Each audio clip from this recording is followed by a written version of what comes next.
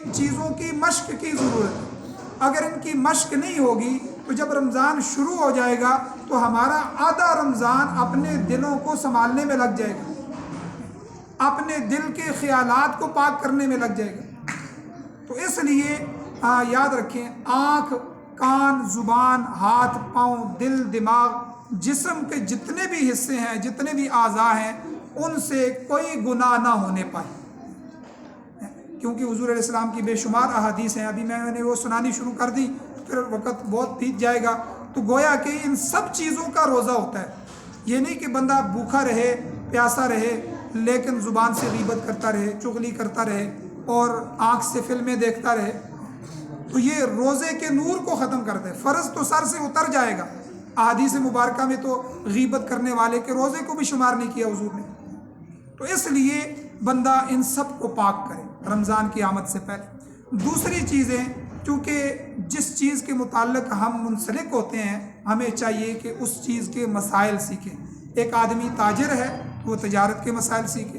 ایک آدمی حجام ہے، جو ہے بال کاٹتا ہے، نائی ہے، تو وہ اپنے حجام کے جو اسلامی مسائل ہیں وہ سیکھے۔ زمیندار زمین کے مسائل سیکھے۔ تو اسی طرح جب کسی فرض کا موقع آ جائے تو اس فرض کا علم بھی سیکھنا ضروری ہے۔ رمضان المبارک کے اندر اللہ تعالیٰ نے ہمیں خالی روزہ نہیں عطا فرمایا، کئی عبادتیں اللہ نے عطا فرمائی ہیں جن کی نسبت صرف رمضان کے ساتھ۔ اب دیکھیں، فرض روزہ رمضان میں ہے، اور عشاء کے بعد جو 20 تراویح ہیں، تراویح کی عبادت وہ رمضان میں ہے، رمضان کے بعد نہیں ہے۔ صدقہ فطر جو ہم ادا کرتے ہیں یہ رمضان میں ہے۔ بہت سے لوگ اپنی زکوٰۃ ادا کرتے ہیں، وہ بھی اکثر کوشش کرتے ہیں رمضان میں ادا ہو۔ پھر اعتکاف کی عبادت جو اللہ ہمیں عطا فرماتے ہیں وہ بھی رمضان میں عطا فرماتے ہیں۔ پھر لیلۃ القدر کی جو سعادت ہمیں عطا ہوتی ہے یہ بھی رمضان میں ہوتی ہے۔ یعنی اس طرح کے دیگر جتنے بھی احکامات ہیں وہ سب کی سب عبادتیں الگ الگ ان کے مسائل ہیں، تو موٹے موٹے مسائل رمضان سے پہلے سیکھیں تاکہ ہم جو ہے پوری تیاری کے ساتھ رمضان کو گزار سکیں۔ تیسرا جو ہے کہ اپنے نفس کو تقوی کا پابند بنائیں، اپنے نفس کو متقی بنائیں۔ نفس کے جو ہے یہ خواہشات، ہمارا نفس اتنا موٹا ہو گیا ہے کہ ہر وقت اس کی خواہشات ہی ختم نہیں ہوتی۔ یہ بلڈنگیں بن جائیں، یہ ہو جائے، یہ ہو جائے، اور بلکہ اتنی خواہشات ہیں کہ اگر ان خواہشات کو پورا بھی کر دیا جائے تو ہماری یہ زندگی ناکافی ہے۔ تو اس لیے اپنے نفس کو تقوی کا پابند بنائیں، کیونکہ رمضان المبارک جو ہے یہ تقوی کی عملی تربیت گاہ ہے، عملی مشق ہے۔ اور اللہ رب العزت نے جو رمضان کے روزوں کو فرض کیا ہے، آخر میں اللہ نے فرمایا، اے ایمان والو، یہ روزے تمہارے اوپر اس لیے فرض کیے گئے ہیں لعلکم تتقون، تاکہ تم متقی بن جاؤ۔ تو اس لیے پرہیزگاری اور تقوی، اللہ تعالیٰ کی ذات کا ڈر، خوف اور اللہ کی حضوری، کہ اللہ اس کو ہر وقت حاضر سمجھے، یہ بہت ضروری ہے۔ تو رمضان سے پہلے استقبال رمضان میں آپ اپنے دل کو ٹٹولیں اور اپنے دل کی ان تمام جو ہے کیفیات کو درست کریں، تاکہ رمضان المبارک میں عبادات کی لذت بھی نصیب ہو جائے اور اللہ تعالیٰ کا قرب بھی نصیب ہو جائے۔ اسی طرح چوتھی چیز علماء نے لکھی ہے کہ صلہ رحمی کریں۔ قطع رحمی کرنا یعنی رشتے ناطے توڑنا، یہ اتنا بڑا گناہ ہے کہ اللہ تعالیٰ شب برات کے اندر، لیلۃ القدر کے اندر بھی ایسے بندے کی مغفرت نہیں فرماتی جو رشتوں کو توڑنے والا، رشتوں ناتوں کو، تعلقات کو ختم کرنے والا۔ تو قطع رحمی کی وجہ سے دعائیں قبول نہیں ہوتی، لہذا رمضان آنے سے پہلے اس سنگین گناہوں سے توبہ کر لی جائے اور رشتہ داروں سے صلہ رحمی کی جائے۔ رسول اللہ صلی اللہ علیہ وسلم کے ارشاد کا مفہوم ہے کہ اصل صلہ رحمی کرنے والا وہ ہے کہ جب اس کے ساتھ قطع رحمی کی جائے، یعنی رشتے ناطے کا معاملہ توڑا جائے، تو وہ تب بھی صلہ رحمی کرے۔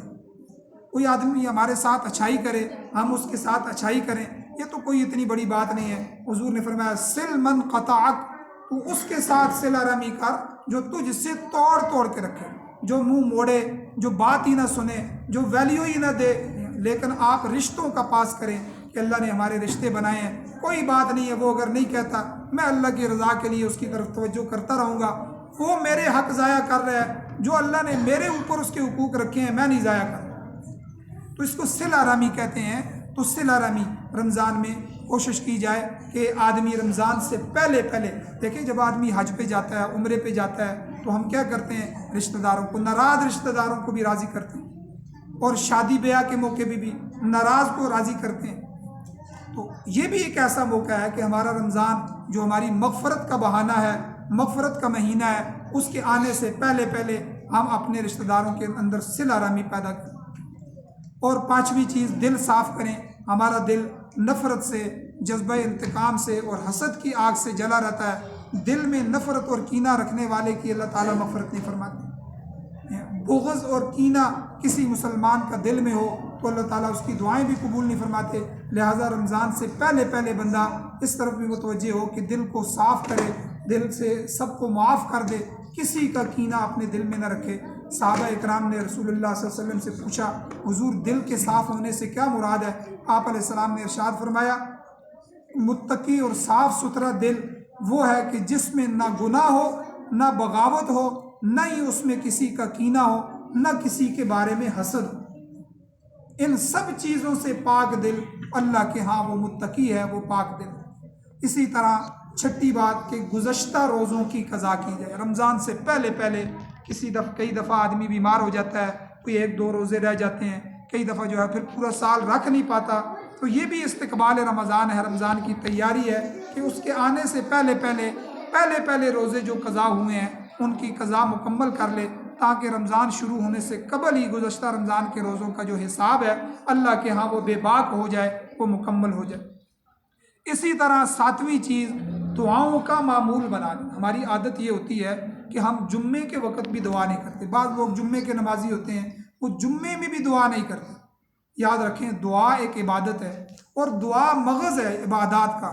الدعاء مخ العبادہ، اصل مغز دعا ہے، مانگنا ہے۔ ایک آدمی اپنے MPA کے ساتھ جو ہے وہ کام کرتا رہتا ہے، اس کو ووٹیں کر کے دیتا ہے، سب کچھ کرتا ہے، اور جب اب مانگنے کا وقت آتا ہے تو مانگتا ہی نہیں ہے۔ تو اصل تو ہمارا اللہ کی ذات کے ساتھ تعلق یہ ہے کہ ہم عبادات کریں تو بعد میں اللہ سے مانگیں، سجدہ کریں تو اللہ سے مانگیں، تلاوت کریں تو اللہ سے مانگیں، ان چھوٹی باتوں ذکر کریں، درود شریف پڑھیں، اس کے بعد جب اللہ راضی ہو جاتے ہیں تو اللہ سے مانگیں۔ تو ہمیں مانگنا بھی نہیں آتا اور مانگنے کی عادت بھی نہیں۔ مجھے ایک واقعہ یاد آ گیا، انضمام الحق صاحب جب وہ تبلیغ میں لگے، یہ حضرات تو یہ جب چلے کے لیے جانے لگے تو مولانا جمیل صاحب رحمہ اللہ رائے گنج کے امام جو تھے، تو ان سے انہوں نے آ کے پوچھا، حضرت ہمیں آپ بتائیں کہ ہم کیا سیکھ کے آئیں چلے میں؟ تو حضرت نے فرمایا کہ جب چلے سے واپس آؤ تو آپ کو دعا آتی ہو۔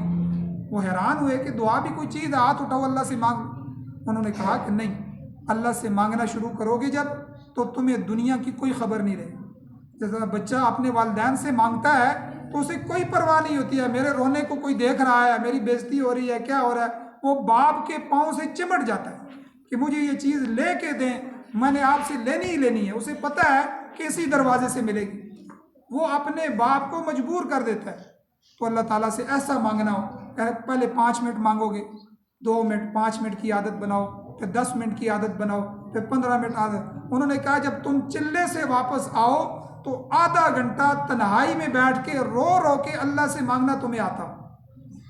تو یہ مانگنا بھی جو ہے اس کو الدعاء مخ العبادہ کہا گیا، اس لیے جو ہے زیادہ اس میں کوشش کی جائے رمضان سے پہلے جو منقول دعائیں ہیں حضور علیہ السلام سے، مسنون الفاظ جو حضور کے سنت الفاظ ہیں، دعائیں لکھی ہوئی ہیں، ان الفاظ کو یاد کیا جائے، کیونکہ حضور علیہ السلام نے جو مانگا ہے، حضور نے جو الفاظ ادا کیے ہیں، ان میں تاثیر زیادہ ہوتی ہے اور ان کے قبولیت کے امکان بھی زیادہ ہیں کہ اللہ کے محبوب نے ان الفاظ کے ساتھ اللہ سے مانگا۔ تو ویسے بھی ہم اردو میں، پنجابی میں، جو بھی زبان ہے اس میں دعا کر سکتے ہیں، کچھ بھی مانگ سکتے ہیں اللہ سے، جائز چیزوں کا مانگنا اس کا حکم بھی ہے، لیکن زیادہ کوشش کرے بندہ مسنون